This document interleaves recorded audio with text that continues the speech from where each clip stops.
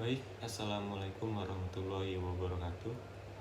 Di kesempatan kali ini saya akan mempresentasikan tugas besar arsitektur Nusantara, rumah adat tradisional Batak Simalungun di Sumatera Utara. Nama saya Muhammad Arifin Kurniansyah, NPM 17331035, dan dosen pengampu Buku Setiani STMT. Langsung ke studi kasus. Rumah Bolon Simalungun berada di Sumatera Utara, Kabupaten Simalungun, dan Kecamatan Pematang Purba. Sejarah Rumah Bolon Simalungun, yaitu istana peninggalan Kerajaan Purba, dibangun pada tahun 1864 oleh Raja Purba XII, yaitu Tuan Rahaling, seorang raja yang pernah berjaya di Simalungun pada pertengahan abad ke-19. Rumah adat Bolon Simalungun berada di Desa Pematang Purba, Kabupaten Simalungun, Sumatera Utara. Rumah adat Bolon Simalungun dikelilingi oleh beberapa bangunan di sekitar seperti rumah pengawal, rumah pembantu, dan rumah-rumah pengikut atau prajurit raja. Pada tahun 1961, Rumah Bolon ditetapkan sebagai objek wisata oleh Bupati Simalungun yang dikelola oleh Yayasan Museum Simalungun dan disahkan oleh notaris pada 7 Juni 1966. Sistem sosial budaya masyarakat Simalungun. Simalungun adalah kumpulan dari Kerajaan Batak Timur. Dahulu pemerintah dipegang oleh raja-raja beserta Pertuanon. Simalungun dinamakan juga Batak Timur. Oleh karena itu letaknya adalah di sebelah timur dari daerah Batak lainnya. Para ahli berpendapat bahwa timbul nama Batak Timur ini ada kaitannya kerajaan-kerajaan terdahulu, seperti Kerajaan Panel, Dolok Silau, Silemakuta. Purba dipimpin oleh marga Purba. Purba dalam bahasa Simalungun berarti timur, yang berasal dari bahasa Sanskerta Purwo, yaitu timur. Beberapa ahli mengungkapkan asal-muasal nama Simalungun, diantaranya menurut U. Hamdar Damanik, Simalungun berasal dari kata Simalungun, yaitu bertitik tolak dari pemecahan secara etimologis. Si adalah sebagai kata penunjuk, ma adalah awalan, dan lungun yaitu sunyi atau rindu. Bentuk fisik Rumah Bolon Simalungun. Rumah Bolon Simalungun memiliki bentuk persegi panjang, mempunyai model seperti rumah panggung, tinggi dari tanah mencapai 2 meter. Memiliki luasan kurang lebih 9,6 kali 31,6 meter persegi. Bangunan ini berdiri di atas kolom dan balok kayu gelondongan. Oleh masyarakat Simalungun disebut galang. Dalam dimensi kolom utama kisaran 1,5 sampai dengan 2 meter. Dan diameter balok utama kurang lebih 0,35 sampai 0,4 cm. Berikut adalah dena skematik dan susunan ruang pada Rumah Bolon Simalungun. Adapun bentuk fisik dari bangunan Rumah Bolon Simalungun adalah sebagai berikut. Bangunan dengan luasan yang cukup besar tersebut terdiri dari 2 teras kecil di depan, bangunan induk depan, dan bangunan induk di belakang. Seperti halnya pada bangunan tradisional lain di Sumatera. Seperti sambungan konstruksi pada bagian-bagian struktur Rumah Bolon ini juga menggunakan paku, namun menggunakan sistem sambung pasak kayu dan juga sistem ikat dengan tali rotan. Struktur dan konstruksi Rumah Bolon Simalungun. Fondasi Rumah Bolon Simalungun disebut palas, terbuat dari batu gunung, kayu keras, pakis besar, atau batang tenggiang. Terdapat 3 bentuk fondasi pada bangunan ini. 2 fondasi untuk bahan batu dipahat berbentuk trapesium berukuran 45 x 45 dengan tinggi 55 sampai dengan 60 cm dan berbentuk tabung berdiameter 45 cm dan tinggi 50 cm. Yang kedua, tiang rumah Bolon Simalungun yang disebut Hulisir terbuat dari batang kayu yang kuat dan keras.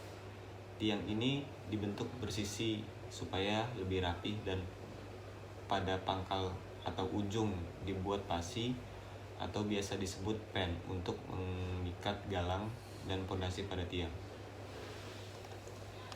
Yang ketiga, galang atau balok lantai. Galang atau balok lantai menggunakan kayu bulat, kuat dan keras yang berdiameter 40-50 cm. Jumlah sisi galang kayu tidak sama disesuaikan dengan besaran kayu pada umumnya. Galang pertama atau galang paling bawah bangunan dipasang di atas pondasi batu dan tiang penyangga dengan dibuat coakan pada bagian atas tiang penyangga. Kemudian galang kedua ditempatkan di atas galang pertama pada saat menempatkan galang ini diperhatikan pangkal dari kayu harus menghadap timur dan ujungnya menghadap ke barat. Di atas tiang galang kedua juga terdapat galang kecil dan balok sebagai penyangga susunan lantai bangunan. Galang kecil ini disusun dengan sistem ikat dan dikunci dengan purus dan lubang. Yang keempat, dinding. Dinding pada rumah bolon dibuat dengan pemasangan posisi miring dan tidak langsung terikat pada bagian struktur tiang pada bagian bangunan depan.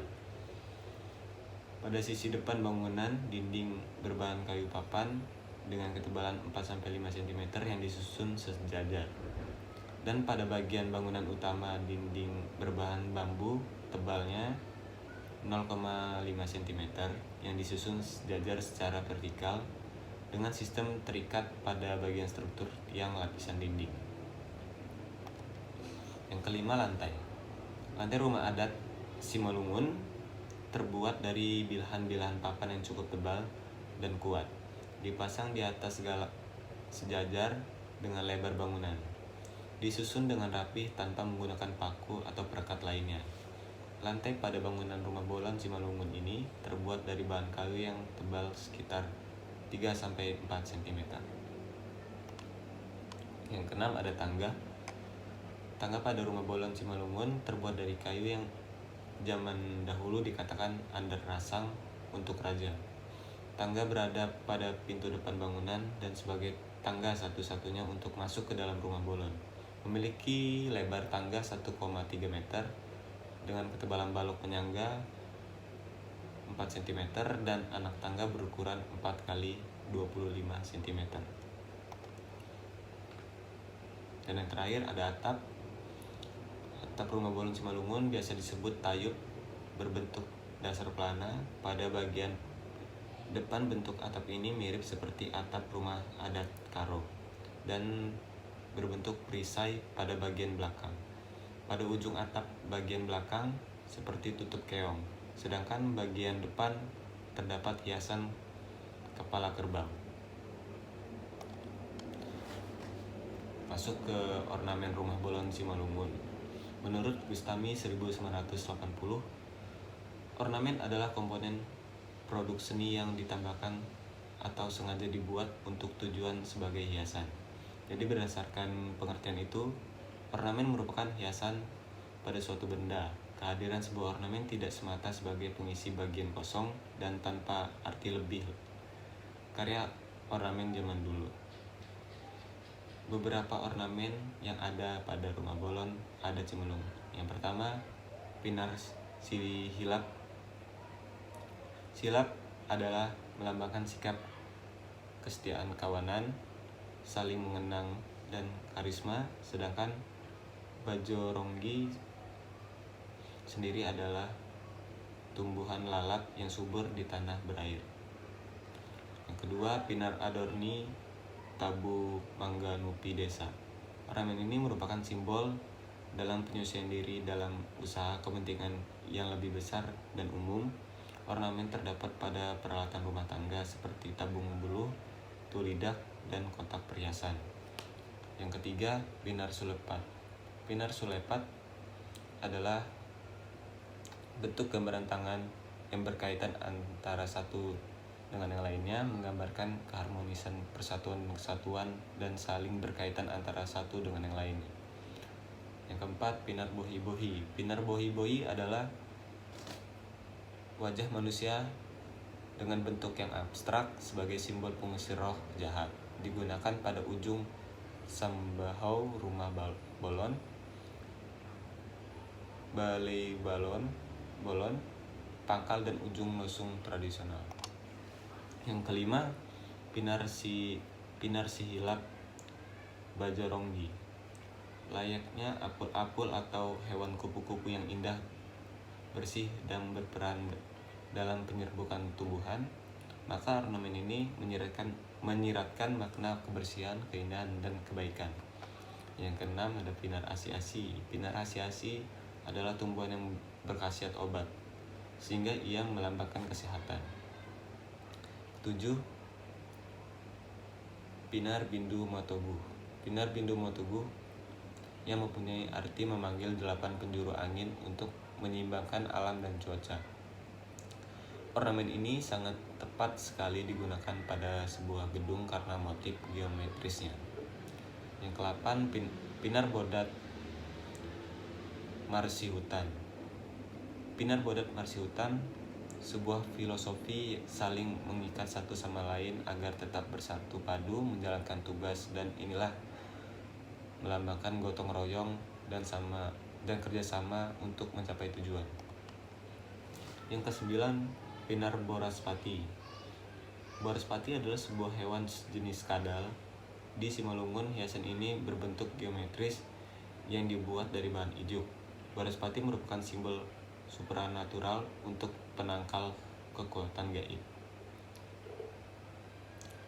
Pinar bulung andudur adalah tumbuhan menjalar yang melambangkan sebagai kesetiaan, menepati janji, dan memahami kepentingan bersama.